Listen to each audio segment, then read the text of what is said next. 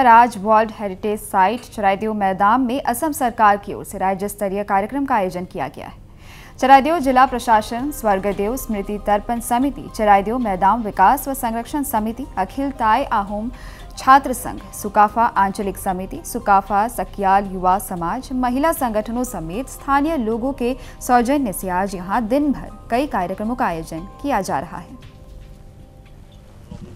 सुकाफा दिवस তাৰ আগতে চুকাফা দিৱস বুলি কৈছিল।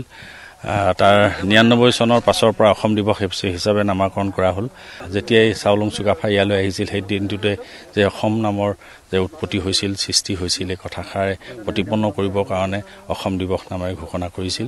৭৭০ বছৰীয়া চাওলুং চুকাফা বৰ্ষৰ দিনা আমাৰ চৰকাৰীভাৱে যি অসম দিৱস পালন কৰা হৈছে আমাৰ চৰাইদেউ মৈদাম প্ৰাংগণতে, আৰু তাৰ ফলশ্ৰুতিতে আহি আমি আজি তেখেতৰ সমাধিস্থলীত আমি বন্তি প্ৰজ্বলন কৰিলোঁ। আৰু ভৱিষ্যত এনেধৰণে আমাৰ উঠি অহা নৱপ্ৰজন্ময়ো যাতে যুগ যুগান্তলৈ তেখেতৰ স্মৃতি সুৰি থাকে, গতিকে তাকে কামনা কৰিছোঁ। আৰু এই যিজনে ইয়াতে জাতি গঠনৰ প্ৰক্ৰিয়া আৰম্ভ কৰিছিল, সমগ্ৰ অসমখনত বৰ অসমত এটা অসমীয়া জাতি প্ৰতিষ্ঠা কৰি থৈ গৈছিল। সেই অসমীয়া জাতি আমি সকলোৱে মিলি বিভিন্ন জনগোষ্ঠীয়ে আজি অসমীয়া জাতি হিচাপে এইখন অসমত আছোঁ। গতিকে ভৱিষ্যতো এই অসমীয়া জাতি বিৰল হৈ থাকিব।